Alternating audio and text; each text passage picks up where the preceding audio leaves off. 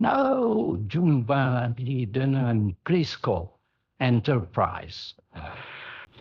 Assalamualaikum warahmatullahi wabarakatuh. Salam sejahtera, salam sehat untuk kita semua. Apa kabar teman-teman? Semoga baik-baik saja bersama seluruh keluarga, teman-teman, dimanapun teman-teman berada. Tetap semangat. Tim Cina, ya, sedang dalam keadaan yang agak goyah, terutama bagaimana yang dikatakan oleh pelatih mereka, ya, Brandt Wijnkovic, bahwa mereka kehilangan memang 3 pemain di saat akan bersiap menghadapi Indonesia pada tanggal 5 Juli yang akan datang untuk match ke-9 grup C Piala Nasional Asia yang akan berlangsung di GBK. Tentunya menjadi pukulan berat buat mereka ketika harus kehilangan Mule, ya, dengan cedera lututnya. Mule itu dipastikan, ya, sudah kemarin itu Federasi Sepak Bola Cina sudah mengatakan bahwa dia tidak bisa ikut jadi pemain sayap yang sangat bagus juga. Ini walaupun sudah berusia 33 tahun, tapi dia sangat diandalkan. Namun dia tidak bisa ikut. Ya, ini mantan pemain Espanyol yang bermain di La Liga sejak 2018 sampai 2022. Sebelum Mule ini balik ke Cina untuk bermain di Shanghai Port. Ya, itu sudah 36 gol masalah dia buat bersama dengan tim nasional Cina sejauh ini. Ketika dia memasuki di 100 caps dia. Dan Wijnkovic memang menyayangkan, tapi mereka tidak akan terpengaruh tentunya, karena mereka punya misi ingin mengalahkan Indonesia, karena itu satu-satunya target mereka jika ingin masih punya harapan lolos ke putaran keempat. Kalau sampai imbang atau kalah, ya selesailah Cina. Makanya Cina itu saya bilang sedang dalam keadaan yang agak goyah, karena selain Mule, 2 sebelumnya memang sudah dipastikan tidak bisa ikut. Si Weneng yang mendapat akumulasi kartu kuning, tidak bisa datang ke Jakarta, dan Lian Win yang mendapat kartu merah ketika melawan Arab, dan Anda AFC menambah hukuman lagi di 1 pertandingan untuk tidak bisa bermain, berarti lawan Indonesia Lian Win ini tidak akan bermain. Nah, ini suatu kerugian juga buat mereka, kehilangan banyak pemain penting di saat akan menghadapi Indonesia.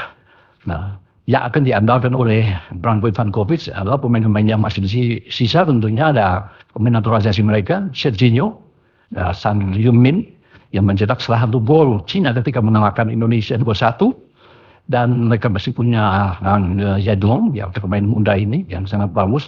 Kemudian kalau dari daftar terakhir yang bisa dilihat di sini, mereka ada juga Wei Shihao. Ini pemain yang berbahaya dalam serang mereka yang harus diperhatikan, saya pikir, oleh Patrick Kluivert sebagai pelatih tim nasional Indonesia, bahwa ini pemain yang bagus, ya. Selain mereka punya pemain depan yang saya bilang tadi itu Son Heung-min itu, kemudian mereka masih punya Beckham Abubawi yang juga ikut mencetak gol ketika melawan Indonesia. Ada Lee Yuan-hee, ada Wang Samjuan, Jian Shenlong, ini pemain-pemain yang bagus, dan Lee Ye, ya. Benar-benar peluang mereka, Wang Dale ini tetap akan dibawa ke Jakarta untuk menghadapi Indonesia dengan barisan belakang mereka akan dikomandoi oleh Jiang Guangtai dan Gao Sungji di samping Jiang Shenglong tadi. Jadi itu materi yang tersisa yang akan dibawa, dan mereka tetap yakin, ya, bahwa mereka ingin mengalahkan Indonesia dan itu bisa mereka capai. Nah, Wijnkovic juga sudah mengatakan bahwa untuk mengalahkan Indonesia, mereka harus bermain ofensif. Jadi tidak akan bermain menunggu atau bertahan. Ini akan percuma buat mereka karena mereka ingin ada gol, ya, ingin bisa mencetak gol. Nah, itu misi mereka, target mereka, kawan Indonesia yang nantinya akan dikawal oleh Emil Audero, teman-teman, ya. Dan itu Wijnkovic sudah mengatakan mereka akan menekan sejak awal pertandingan. Terus bermain dengan ofensif melawan Indonesia. Saya pikir kita tidak akan terpengaruh. Kan juga tahu, ya, apa yang harus dilakukan, ya, untuk mengalahkan Cina. Kalau mereka bermain terbuka, ya, kita akan juga beri apa yang mereka inginkan itu, ya, istilahnya juga beri pukulan di sini kalau di istilah tinju itu. Dan saya pikir kita bermain di kandang, ya. Kita harus tetap sabar, tenang, fokus saja menghadapi Cina. Mereka mulai berkuar-kuar, Wijnkovic bisa mengatakan bla bla bla bla, dengan mereka bisa menang, itu terserah urusan mereka lah. Tapi kita jangan terpengaruh, ya. Mereka punya pemain cedera pun, mau ada 3 pemain, mau 5 pemain, kita tetap fokus saja, konsentrasi untuk menghadapi Cina, ya. Jadi harapan kita menang, itu menjadi harapan semua, karena itu menjadi target harga mati buat kita di GBK. kita harus bisa mengalahkan China dengan 3 poin. Ya.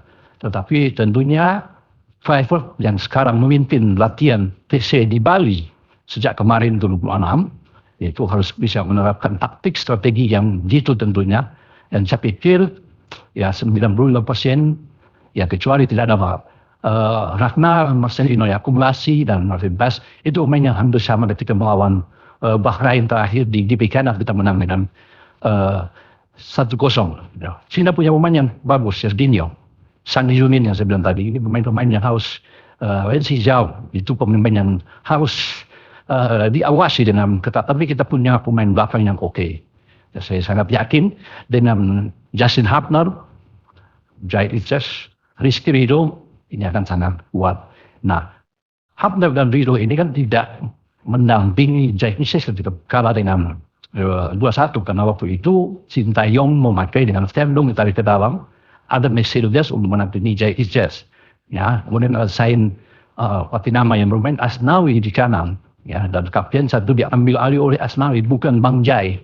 Ya, agak sedikit dalam tanda kutip ada kekacauan dalam pertandingan melawan Cina dan kita kalah dengan 2-1, padahal kita unggul dari semua aspek. Ada 14 tembakan, 6 on target. Cina itu cuma mendapatkan 5 tembakan, ada 3 on target, tapi mereka bisa mendapatkan 2 gol. Kalau dari sini kan statistik kita lebih bagus, 76% penguasaan bola.